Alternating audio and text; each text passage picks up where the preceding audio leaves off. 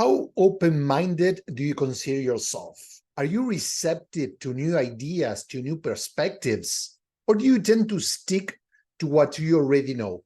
Most people consider themselves more open-minded than they actually are, including myself. But study shows that we are completely wrong. Today, I want to talk about a topic that's really fascinating and very personal to me: intellectual humility. Building intellectual humility is a never-ending job. I want to share some of my personal experience, but also research and tips to help you work on it. So what's intellectual humility? It's the ability to recognize our own limitations and value other people's beliefs, views, opinions, especially when they differ from our own. It's about being open-minded, curious, and willing to grow. That's why the benefits of intellectual humility are profound. Studies indicate that it leads to greater determination, less extreme opinions, and a friendlier attitude. It also encourages us to develop new ways of thinking, to come up with original ideas, which I have personally observed in my career, both as a consultant and as a writer. Being open-minded, it's an important trait, especially in today's rapidly changing world. It allows you to expand your thinking, challenge your assumptions, and gain a deeper understanding of the world around you. But let me be honest with you. Achieving intellectual humility is hard. Being open-minded, it's not enough. You must be willing to change your mind too. And that's the hard part. That takes me to the 4 components of intellectual humility. First, respect for other viewpoints.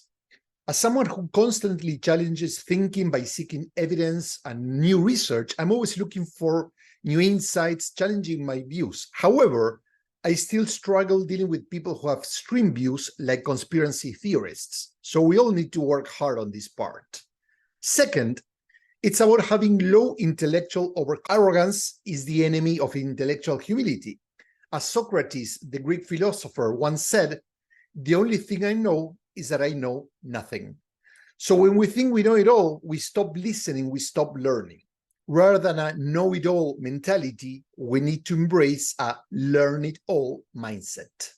Third comes separating our identity from our ideas. This is something I have to work hard on as a writer, detaching myself from my work. I have to embrace positive feedback without letting it go to my head. People saying, "Oh, I love your work." I say, "Okay, great, thank you, I appreciate it." But also, most importantly, I have to learn not to disregard negative or aggressive, sometimes criticism, even if it didn't align with my view. I always have to think, okay, maybe I'm wrong and the other person is right. Which takes me to the 4th pillar to build intellectual humility. And it's one of the harder, if not the hardest, to achieve. It's the willingness to review our viewpoints. We need to admit that we were wrong, not just to ourselves, but to other people. As I mentioned earlier, being open-minded, being open to new ideas is not enough. We must change our minds when we're presented with new evidence, even if it hurts, especially if it hurts. At this point, you might wonder, why is intellectual humility so hard to accomplish? So even Gustavo is talking about it and saying that he still struggles, he still needs to work on it.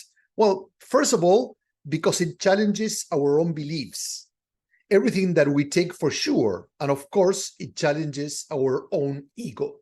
It requires us to be vulnerable, to admit we were wrong, and also be willing to change our mind.